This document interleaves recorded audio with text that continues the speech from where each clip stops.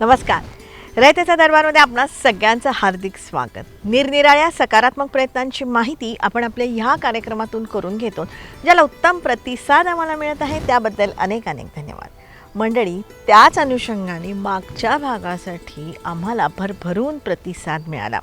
मागच्या भागामध्ये आपण सध्या आपल्या महाराष्ट्रभर जो पाऊस पडत होता किंवा पडला होता त्या बाबतीतली संपूर्ण माहिती जाणून घेतली होती. म्हणजे नद्या नाले तुडुंब भरले होते म्हणा, किंवा धरणं भरली होती, किंवा बरेच ठिकाणी पूर परिस्थितीही निर्माण झाली होती. त्याची वस्तुनिष्ठ माहिती आपण मागच्या भागामध्ये जाणून घेतली.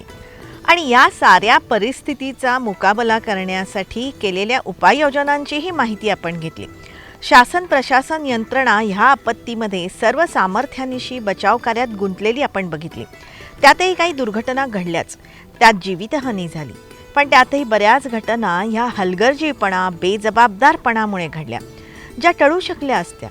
राज्यभर विविध नद्यांना पूरही आले, धरणंही भरली. अर्थात या आपत्तीच्या परिस्थितीमध्ये सर्वदूर मदतीचा ओघही बघायला मिळाला. माणूस माणसासाठी स्वतःच्या जीवाची पर्वा न करता बचाव करत होता. हे खूप सकारात्मक आहे आणि यातूनच दुनिया बहरतीये, जगतीये. मंडळी, अशाच प्रकारची सकारात्मकता जर का आपल्याला वृद्धिंगत करायची असेल ना, तर आपण सगळ्यांनी रयतेचा दरबारमध्ये सामील व्हायला पाहिजे. आम्ही जी माहिती तुम्हाला सांगतो ना, ती जास्तीत जास्त लोकांपर्यंत आपण पोचवायला पाहिजे. त्यासाठीच एकमेकांना मदत करू, एकमेकांची काळजी घेऊया आणि सगळ्यांचं जगणं समृद्ध करूया. त्यासाठीच रयतेचा दरबार.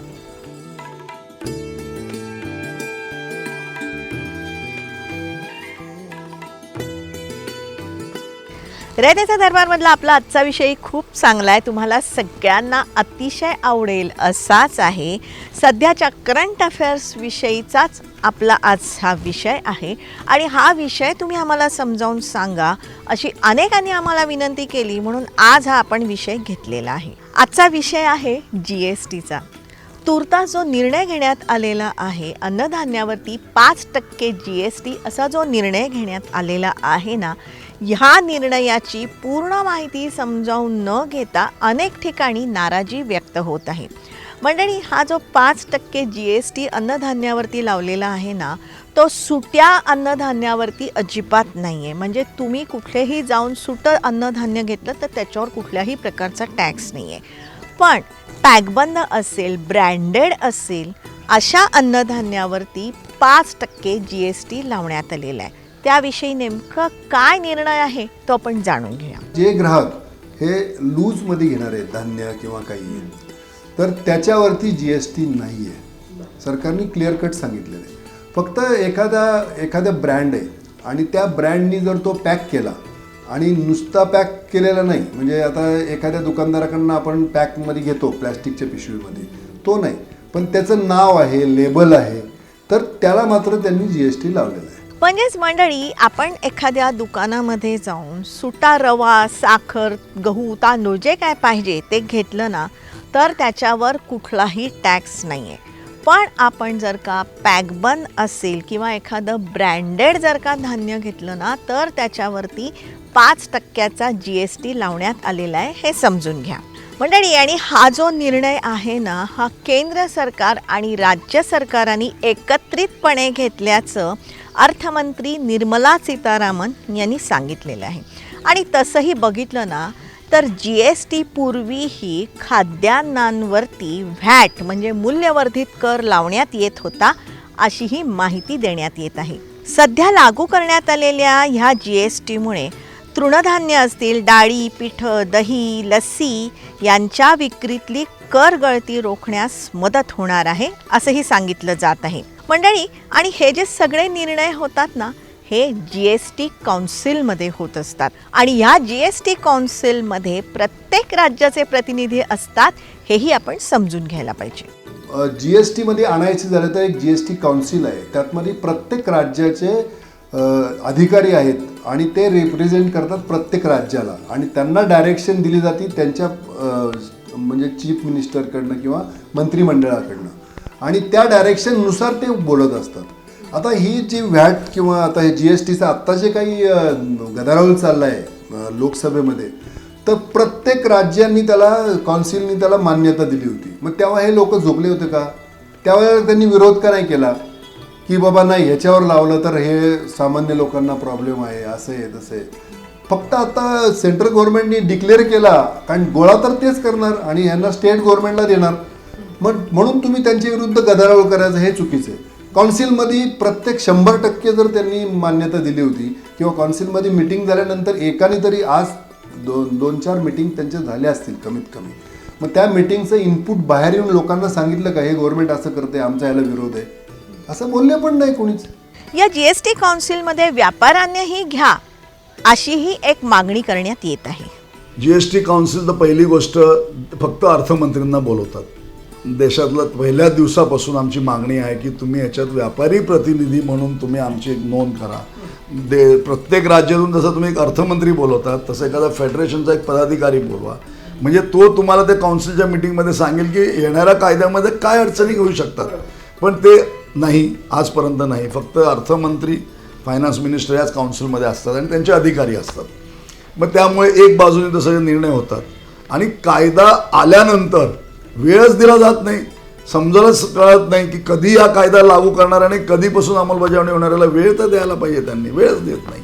आता कधी लागू होणार आहे तुम्हाला झाला 18, आम्हाला 13 तारखेला समजलं की 27 जूनला पहिला GST काउन्सिलची मिटिंग झाली, एक प्रेस रिलीज निघाली. आम्ही CMकडे गेलो तर CM म्हणतात की प्रेस रिलीजला काही अर्थ नाही, जिथपर्यंत गव्हर्नमेंट नोटिफिकेशन येत नाही तिथपर्यंत त्याला काही अर्थ नाही. 13 जुलैला पहिलं नोटिफिकेशन गव्हर्नमेंटचं निघालं की आता हा कायदा सुरू झाला आहे आणि ह्या वस्तूवर तुम्हाला 5% GST अशा पद्धतीने द्यायचं आहे. 15 तारखेला नोटिफिकेशन आमच्या हातात येतं. 18 तारखेपासून कायद्याची अंमलबजावणी सुरू करा. मंडळी, या निर्णयावरती अनेक आक्षेप घेण्यात येत आहेत, तेही आपण समजून घेऊया. जर फेडरेशन म्हणून जर म्हणायचं म्हटलं, ॲज अ महाराष्ट्रातील संपूर्ण व्यापाऱ्यांचा एक उपाध्यक्ष म्हणून, तर GSTला विरोध नाही व्यापाऱ्यांचा, GST सिस्टीमला विरोध आहे. तुम्ही कधीही मध्येच GST काउन्सिलची मिटिंग घेता, अचानक एक 8 दिवसात नोटिफिकेशन काढता आणि कुठल्या वस्तूवर GST लावणार आहे त्या गोष्टी तुम्ही 3 दिवसापूर्वी जाहीर करता आणि 3 दिवसामध्ये तुम्ही संपूर्ण महाराष्ट्रात नाही देशातल्या व्यापाऱ्यांना कळवता की एवढ्या वस्तूवर तुम्ही GST लावा.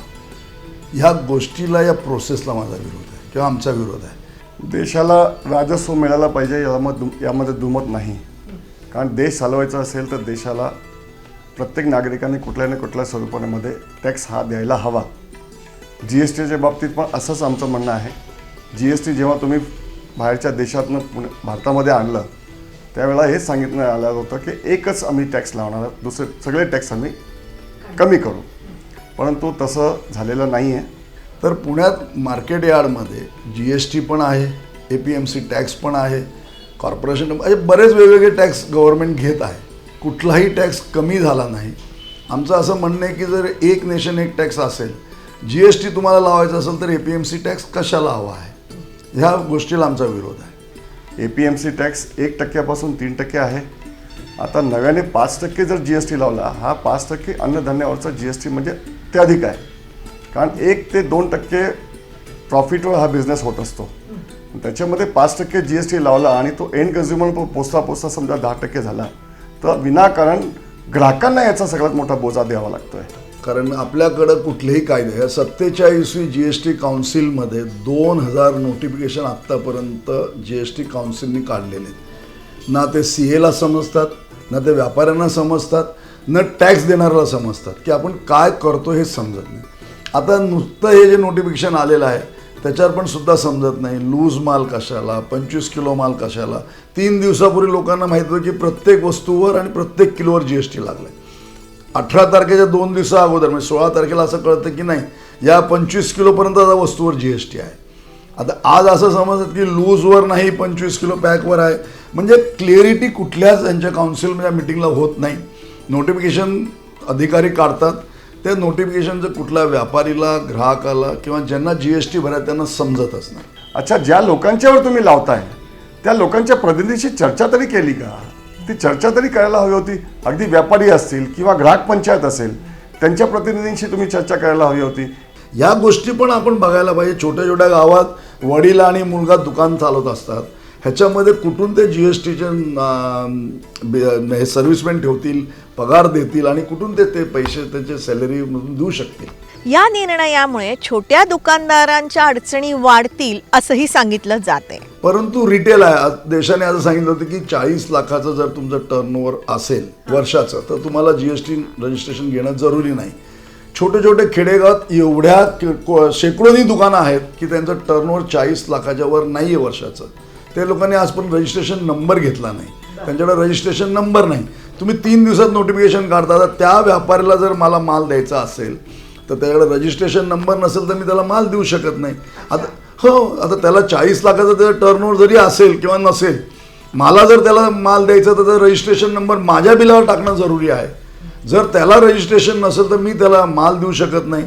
मुळात 5% असलेला हा GST ग्राहकापर्यंत पोचेस्तवर 9 ते 10% जातो असं यांचं म्हणणं आहे. माझं तांदळाचा बिझनेस आहे. मी आता दिल्लीमधनं बासमती राईस परचेस करतो. दिल्लीमधनं बासमती राईस आल्यानंतर 5% GST लागतो आणि तो पुण्यामध्ये येतो. पुण्यामध्ये येताना त्याला 300 रुपये भाडं लागतं क्विंटलला. आणि मग माझ्याकडे डिस्ट्रीब्युटर आल्यानंतर मी माझं प्रॉफिट त्याच्यामध्ये ॲड करतो. मग मी परत ते होलसेलरला देतो. होलसेलरकडे जाण्याचा ट्रान्सपोर्टचा चार्जेस, त्याचा प्रॉफिट, त्याच्याकडनं मग तो सेमी होलसेलरकडे जातो. सेमी होलसेलचा प्रॉफिट ॲड होतो, त्याच्यानंतर रिटेलरकडे जातो, रिटेलरचा प्रॉफिट ॲड होतो आणि नंतर तो ग्राहकापर्यंत पोचतो. तर हा 5% जवळपास 8% जातो. त्याचबरोबर सुट्टं धान्य किंवा लूज धान्य आपण घेतलं तर त्याच्या दर्जाबाबत काय, हाही आक्षेप आहे. एका बाजूला जेव्हा तुम्ही म्हणता की बाबा आम्ही लूज मालाला घेणार नाही, आता लूज मालाला घेणार नाही याचा अर्थ काय? आता ही सिस्टमच बंद झाली की प्रत्येक दुकानात ग्राहक जातो आणि त्याच्यासमोर तो दुकानदार वजन करून त्यांना माल देतो. ही पद्धत कालबाह्य झालेली आहे. ही पद्धत पुन्हा सुरू करण्यामध्ये काय रस आहे? आता समजा ओपन लूज माल विकला, आता पावसाळ्यामध्ये 18मध्ये 10 दिवसात किडे होतात, अन्नधान्यामध्ये 1 महिन्यामध्ये किडे होतील. मग हा भेसळ केलेला किंवा खराब झालेला अन्नधान्य आपण विदाऊट GST लोकांना द्यायचा का? अर्थात ह्या समस्येवरती ग्राहक संरक्षण कायद्यामध्ये काही तरतुदी आहेत. नाही, कसं आहे की पहिली गोष्ट, कुठलीही गोष्ट विकायची किंवा काही करायचे अन्नधान्याचे तर फूड अँड ड्रग ॲडमिनिस्ट्रेशन आपल्याकडे आहे आणि ते याच्यावरती लक्ष देतात. आणि ग्राहकांनी पण जर खराब लागला तर तक्रार केली पाहिजे. तक्रार नाही केली तर हा प्रॉब्लेम येतोच. पण मंडळी, ह्या बाबतीमध्ये आपण पूर्णपणे निष्काळजी असतो. म्हणजेच आपण खरेदी केलेल्या मालाची पावती आपण कधी घेत असतो का? किराणा दुकानातून आपण कधी पावती घेतल्याचं तुम्हाला स्मरते? आज असं आहे की प्रत्येकजण टॅक्स चोरी करायला पाहतो आणि यामुळं व्यापारी लोक त्याला विरोध करतात. आज तुम्ही बघा, कुठेही जा तुम्ही, किती किराणा मालाचे दुकानदार आपल्याला बिल देतात. त्यामुळे त्यांच्याकडं सामान येतं किती, विकतात किती, त्यांना प्रॉफिट किती होतो, इन्कम टॅक्स ते किती भरतात, त्याला कुठं काही कुणालाच नाही जमत. आज आपण गुगल पे किंवा याच्यामुळं जे काही चाललं आहे त्याच्याऐवजी कॅश पैसे घेतले जातात. आज तुम्ही होलसेल मार्केटमध्ये जा, तिथं ते गुगल पे ॲक्सेप्ट करत नाहीत, चेक ॲक्सेप्ट करत नाही आहेत, त्यांना कॅश लागते. का कॅश मागतायत? टॅक्स चुकवायचा आहे. मग तसं चुकवलं नाही पाहिजे टॅक्स. प्रत्येकाने जर टॅक्स भरला तरच ते टॅक्स ब्रॅकेटमध्ये येईल. आज आपण किराणा मालाचं तर म्हणतोच, आज आपण हार्डवेअरच्या दुकानात जातो, किती हार्डवेअरच्या दुकानात बिलं दिली जातात आणि त्याचे GST भरला जातो. त्याला ग्राहक पण जबाबदार आहे, कारण ग्राहकाने देखील बिल मागितलं पाहिजे, कारण ते बिल असेल तरच त्याला तक्रार करता येते. परंतु ग्राहक बिल मागत नाही, त्याला वाटतं आपले 5% वाचतायत, परंतु त्याला पुढं हे डुप्लिकेट आहे, दिल्ली मेड माल आहे का उल्हासनगरचा माल आहे ते माहीत नाही त्याला, आणि त्यातमध्ये फसवणुकी होतीये. त्यामुळे हे चुकीचं आहे. म्हणजे प्रत्येक गोष्टीला बिल पाहिजे, बिलावरती योग्य आणि वाजवी टॅक्स पाहिजे. मंडळी, ह्या ज्या कर प्रणाली असतात ना, त्या निश्चित करण्यामध्ये केंद्र आणि राज्य सरकारच्या नेमक्या भूमिका काय असतात तेही समजून घेऊया. केंद्र आणि राज्य या 2 अखत्यारी आहेत आणि दोन्ही राज्यांमध्ये किती टॅक्सेस लावायचा हे राज्य सरकार ठरवतं. आणि केंद्र, आता तो GSTच्या बाबतीत असं आहे की त्यात राज्याचा GST आणि केंद्राचा GST हा निम्मा निम्मा आहे. आणि आता जे काही GST लागू केला ज्या वेळेला यांनी सरकारने, त्यावेळेला बऱ्याच राज्य सरकारने विरोध केला होता.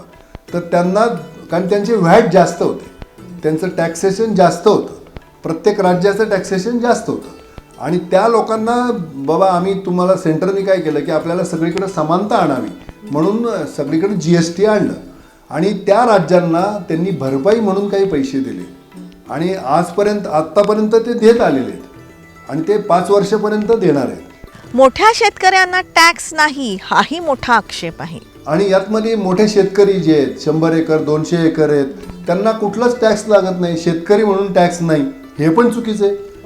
बरोबर. आता कित्येक लोक ओरडतात की यातमध्ये इंडस्ट्रीयल लोकांना बऱ्याच वेळेला माफ केलं जातं वगैरे, किंवा नोकरदार ओरडतो आम्हाला मात्र पैसे कापूनच घेतले जातात इन्कम टॅक्सचे, आणि जे मोठे शेतकरी आहेत ते टॅक्स भरत नाही आहेत, त्यांना कर्जमाफी केली जाते वगैरे. तर आता सरकारने काय केलं आहे, कर्जमाफीच्या बाबतीत देखील काय केलं की जो इन्कम टॅक्स भरतो त्याला कर्ज माफ नाही पाहिजे, त्याचे रिव्हर्स घ्यायला लागलेत. ही चांगली गोष्ट आहे. मंडळी, GSTला कुणाचाही विरोध नाहीये, हेही समजून घ्या. GST आला चांगली गोष्ट आहे, ह्याला आम्ही सगळ्यांनी स्वागतार्हच केलं होतं. GST कायदा आला, सगळे टॅक्स जाणार आणि एकच GST कायदा देशात येणार. जगातल्या सगळ्या 140 देशात जो GST होता तो आपल्याकडे येणार, त्या स्वागत आम्ही केलेलं आहे आणि स्वागत आज पण करत आहोत. पण त्या पद्धतीने ज्या जगात जसा GST आहे तसा भारतात आणा. ही गोष्ट नक्कीच खरी आहे की जेव्हा व्यापारी विरोध करतो त्यावेळेला सर्वसामान्य लोकांना असं समज होतं की व्यापाऱ्यांना टॅक्स द्यायचा नाही आहे म्हणून तो विरोध करतोय. आम्ही तर आजही म्हणतोय देशाला राजस्व देण्याचं काम आजपर्यंत व्यापाऱ्यांनीच केलं आहे, विनामोबदला केलेलं आहे. अगदी आज आम्हाला GST द्यायचं झालं तर आम्हाला दुकानामध्ये आता नवीन माणसं ठेवावं लागतात, त्याचं महिन्याचं जवळपास 50,000 ते 1 लाख रुपयाचा वेगळा खर्च आम्हाला करावा लागतो. म्हणजे राजस्व देण्यासाठी प्रयत्न आम्ही करायचे आणि त्याच्यामध्ये चूक झाली तर त्याचा दंडही आम्ही भोगायचा. अगदी म्हणजे टेक्निकल चूक जरी असेल तर ती माफ नाही आहे. हे GST मधला नको आहे आम्हाला, हे जे त्रास आहे हे आम्हाला असह्य आहे. म्हणून आमची पीडा आहे की आम्हाला हे GST नको. GST सोपं करा, एकच ठिकाणी लावा आणि राजस्व वाढायला आमचा काही विरोध नाही. आता असं आहे, आपण फक्त तांदूळाचाच विषय जर घेतला तर त्याच्यावरती 6% व्हॅट हा महाराष्ट्रात होता.